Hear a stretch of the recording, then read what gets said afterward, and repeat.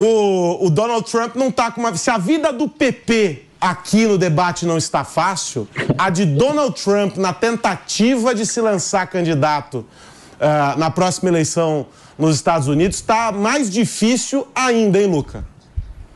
Tudo indica que sim, Carlos. Boa manhã para você, a todos que nos acompanham aqui no Morning Show. Segundo o que foi decretado pela Corte Estadual do Maine, que é um outro estado americano, este na costa leste, o ex-presidente Donald Trump, futuro candidato pelos republicanos, está vetado do cartão eleitoral das primárias do partido nas eleições de 2024. É uma decisão muito parecida com aquela que foi tomada pelo estado do Colorado há cerca de 2 semanas, aquela decisão também de caráter estadual e que foi então considerada como uma derrota do presidente na eleição do ano que vem. Mas isso ainda é preliminar, afinal todas essas decisões podem ter ainda o apelo dos advogados de Trump, além, é claro, de serem revistas pela Suprema Corte aí no nível federal e que tem a capacidade de reverter todas essas decisões estaduais. Muitos acreditam que, apesar de ser um revés, Trump será sim candidato em 2024.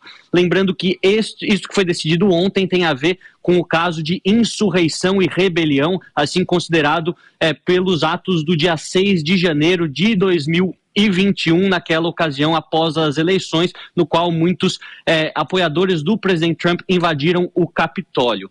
Ao contrário do que muitos pensam, todavia, no que diz respeito às pesquisas eleitorais, Trump segue ainda crescendo, segue numa margem até que folgada em alguns estados que são considerados cruciais para a vitória, os chamados em inglês de swing states, como, por exemplo, o estado do Arizona, Geórgia, também temos o estado de Nevada, Pensilvânia, Michigan e Wisconsin, onde Trump aparece com a vantagem numérica em cada um deles para a corrida eleitoral de novembro. Até lá, muita água pode rolar, tanto no aspecto político quanto no aspecto judicial. Nós ficaremos aqui acompanhando, mas realmente tem chegado em todas as manchetes do mundo todo essa decisão do estado de Maine, que por mais que seja pequena, mostra uma tendência, né, já que é uma repetição daquilo que o Colorado também decidiu há cerca de 10 dias.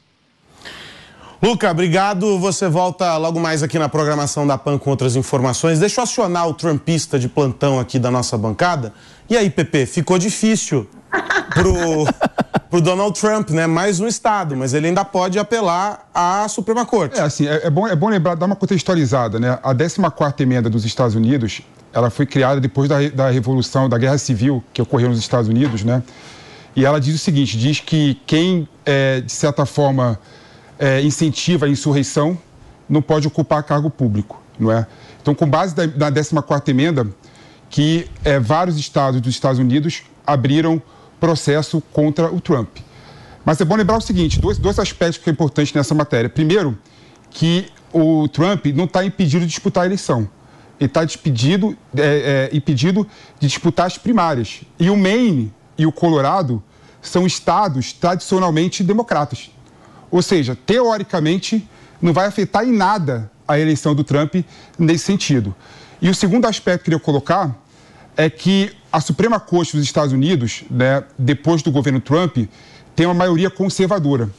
E essas questões, por envolver direito político, vai chegar na Suprema Corte dos Estados Unidos. Então, a tendência é a Suprema Corte invalidar essas decisões das Supremas Cortes estaduais do Maine e do Colorado, não é? Então, eu vejo, Aros, essa questão aí envolvendo o Trump está ajudando muito mais o Trump do que prejudicando.